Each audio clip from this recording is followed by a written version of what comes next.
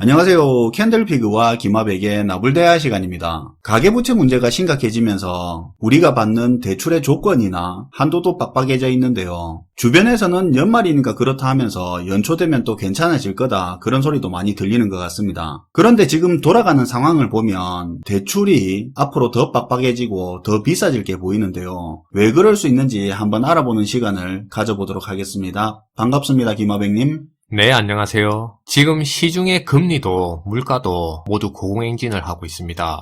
은행들은 연일 대출 금리를 올리고 있고요. 대출 문턱을 점점 더 높이면서 유동성을 쪼고 있는 상황인데요. 이렇게 은행권에서 돈줄을 쬐다 보니 지금 한국에선 이 대출 문제 때문에 완전히 난리 나고 있는 상황입니다. 근데 사실 여기서 진짜 더 큰 문제는 앞으로의 금리가 더 올라갈 거라는 사실이고요. 그리고 가계 입장에서는 앞으로 대출받기가 더 힘들어지는 상황이 올 거라는 건데요. 그래서 지금부터는 은행권에서 계속해서 이 대출 금리를 더 올릴 수밖에 없고 앞으로 가계 대출을 더 쪼을 수밖에 없는 그 이유에 대해서 한번 얘기해보는 시간을 가져보도록 할게요.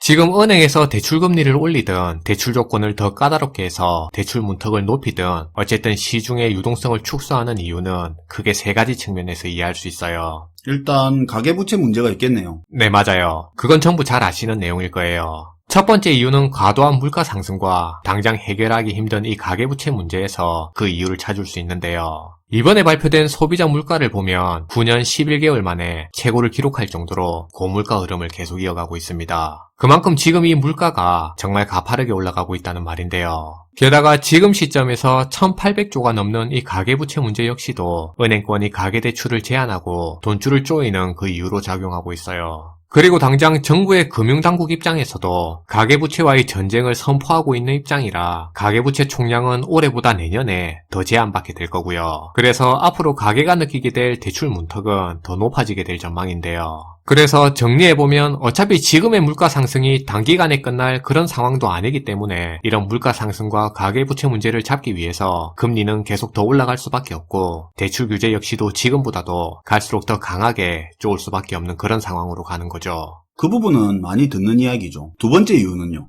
그리고 우리나라에서 시중의 대출 유동성이 축소될 수밖에 없는 그 두 번째 이유는 미국에서 찾을 수 있는데요. 지금의 미국 경제 상황을 보면 미국 역시도 우리나라와 마찬가지로 현재 물가 상승이 굉장히 높게 나오고 있습니다. 소비자 물가 같은 경우는 31년 만에 최고치를 기록할 정도로 물가 상승이 강하게 나오고 있고요. 그리고 일자리 문제로 사람들이 일자리를 잃으면 돈을 받을 수 있는 그 신규 실업수당 청구 건수 역시도 52년 만에 최저치를 기록할 정도로 당장 이 실업 문제는 어느 정도 해결된 상태인 거죠. 그게 저임금 일자리가 많이 는 거긴 한데 어쨌든 지금 미국에서는 사람 못 구해서 난리기는 하죠. 네. 근데 이 말은 결국 이제 앞으로 갈수록 미국에서는 돈줄을 쬐을 가능성이 점점 더 높아지는 상황으로 가게 된다는 의미고요. 실제로 현재 미 연준의 파월 의장 역시도 테이퍼링을 빨리 끝내고 금리 인상을 더 빨리 진행하는 그런 조기 긴축을 논의할 수 있다고 발표했는데요. 예전에 물가 상승이 일시적이고 2023년까지 결코 금리 인상이 없다고 말하던 그때 예전의 파월하고는 누가 보면 다른 사람으로 알 정도로 마치 완전히 다른 사람처럼 얘기하고 있어요.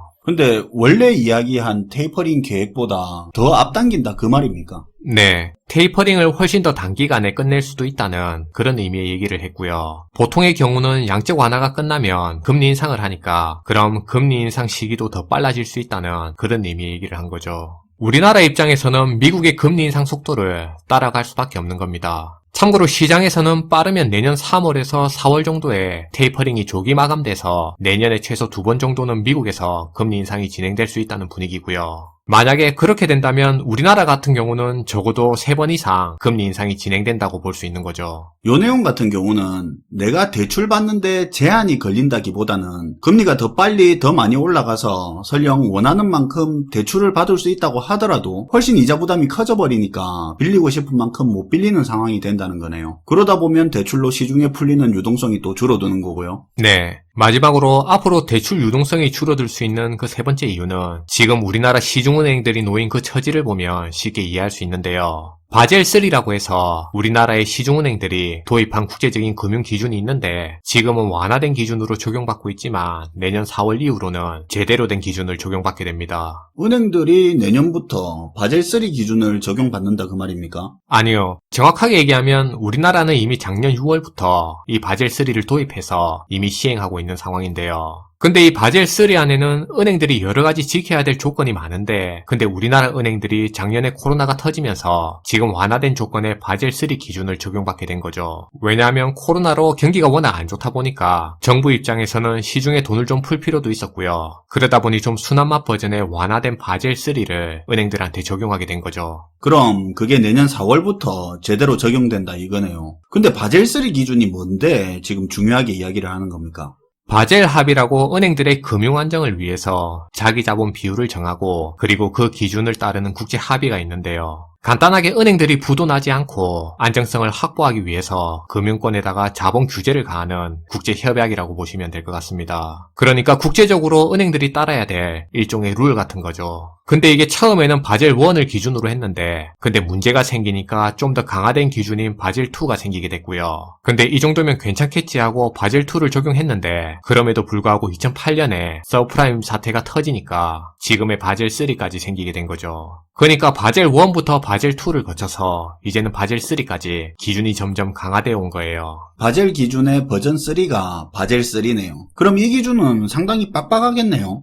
네. 바젤 3에 대한 구체적인 내용은 별도 주제로 따로 다뤄야 할 것 같은데 우리가 챙겨볼 부분은 이 바젤 3 기준은 가계보다는 기업한테 좀 더 유리하게 적용된다는 점이에요. 예를 들면 바젤 3 기준에는 은행들이 해주는 대출의 절반 이상을 기업 대출로 채울 것을 요구하고 있고요. 그리고 그렇게 기업한테 대출을 해줬을 때 은행한테 더 유리하게 작용할 수 있다는 건데요. 그래서 최근에 보면 은행들이 빡빡하게 하면서 대출을 잘 안 해준다는 그런 얘기가 많잖아요. 실제로 많이 안 해주고 금리가 높은 것도 사실이고. 아, 그게 가계대출 비중 낮추고 기업 대출 비중 높이는 중이니까 우리 입장에서는 대출이 힘들다고 느낀 거네요. 그렇죠. 실상은 은행들이 바젤 3의 조건에 맞춰서 대출 관리 세 판짜기에 돌입한 거죠. 그러니까 가계대출보다는 기업대출의 비중을 더 높이는 쪽으로 영업력을 집중해서 운영하고 있다는 말인데요. 그리고 최근에 은행들이 가계대출 금리는 빠르게 올리면서도 기업대출 금리는 많이 안 올리는 이유가 바로 이런 기업대출을 더 유도하기 위해서 그런 이유도 있었던 거죠. 바젤3 기준이 적용된다는 게